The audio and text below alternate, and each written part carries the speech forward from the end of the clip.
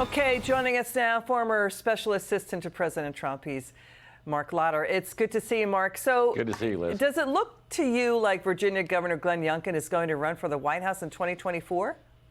I think there are a handful of billionaires out there that are hopeful for that. But look, Governor Youngkin is a great governor. He actually wrote the playbook on how to turn a blue state red, and he's popular in the Commonwealth of Virginia.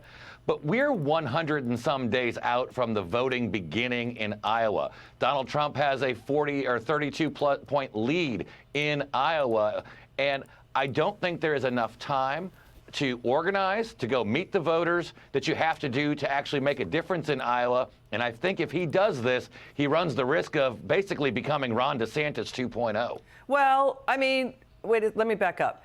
Billionaire donors, you noted, are urging he run. Republican mega donors are helping him shatter fundraising records for his super PAC for the state's midterm election. We had CBS News' Robert Costa reporting billionaire Thomas Petterfy. He founded Interactive Brokers. He's saying he appears to be leaving the door open to a potential 2024 bid. I mean, Youngkin is a rising star. You've talked about this, Mark. He's got this unifying kind of bipartisan charm. He does get the conservative job done, empowering parents and against toxic schools, soft on crime policies leading to rising murder rates.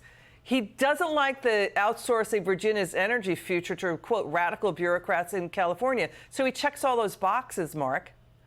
Oh, no, he's right on all of the policy. The problem is he's late to the game.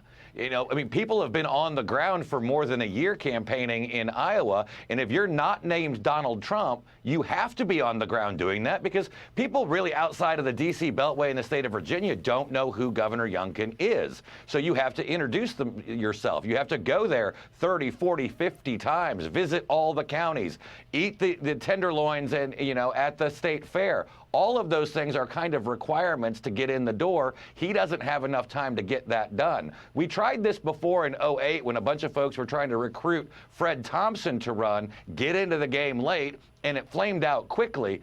And money's not also the only thing. I mean, ask Ron DeSantis. He had $100 million in donations, and his failure to launch. Jeb Bush was the same way. Takes more than money. It takes organization, takes time on the ground, and the clock is ticking. I think it's too little, too late. Well, he's got billionaires behind him. They could maybe pull it in for him. Who knows, Mark? It's going to be exciting to see. You're terrific, Mark. Love having you on.